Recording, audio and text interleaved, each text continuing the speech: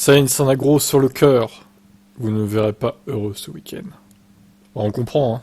On comprend, même si je l'aime pas trop, il mérite pas ça. Bon, alors vous me direz après, est-ce que au final c'est pas un juste retour des choses de toutes les pénalités qu'il ne s'est pas pris durant toute la saison pour avoir gêné des pilotes en qualif, par exemple?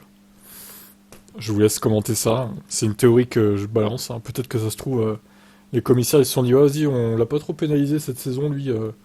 Peut-être que là, du coup, on va pas lui faire de cadeau, quoi, cette fois. En raison des dommages importants causés au châssis, à certains composants du moteur, Ferrari a été contraint de remplacer le châssis, le moteur à combustion interne ICE, le stockeur d'énergie ES et l'électronique de contrôle. En conséquence, Sainz en est à son troisième ES de la saison, alors que deux sont autorisés. Sky Sports a rapporté que 9 équipes sur 10 étaient en faveur d'une exemption.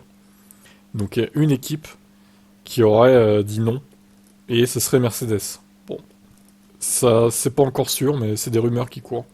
Vous pouvez clairement voir que ce week-end nous sommes relativement compétitifs, car je pense que le tracé de la piste nous convient un peu plus par rapport au dernier, et nous semblons bien passer les pneus sur un tour. J'étais donc enthousiaste et optimiste. Malheureusement, alors que la séance se terminait, l'équipe a communiqué que je prendrais une pénalité de 10 places sur la grille, pour quelque chose dont je suis pas responsable et dont l'équipe n'est pas responsable.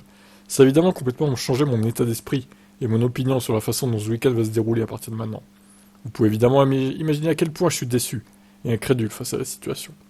Et vous ne me verrez pas très heureux ce week-end. Il reconnaît qu'il y aura des occasions de dépasser, mais ça n'a rien au fait que le pilote Ferrari devra commencer avec un lourd déficit. Ce qui s'est passé aujourd'hui pour moi est un exemple très clair de la façon dont ce sport peut être amélioré de bien des façons. La FIA a les équipes les règles qui pourraient être clairement appliquées en cas de force majeure pour que je prenne pas de pénalité, mais d'une manière ou d'une autre, les gens trouvent toujours des moyens d'aggraver la situation pour un individu.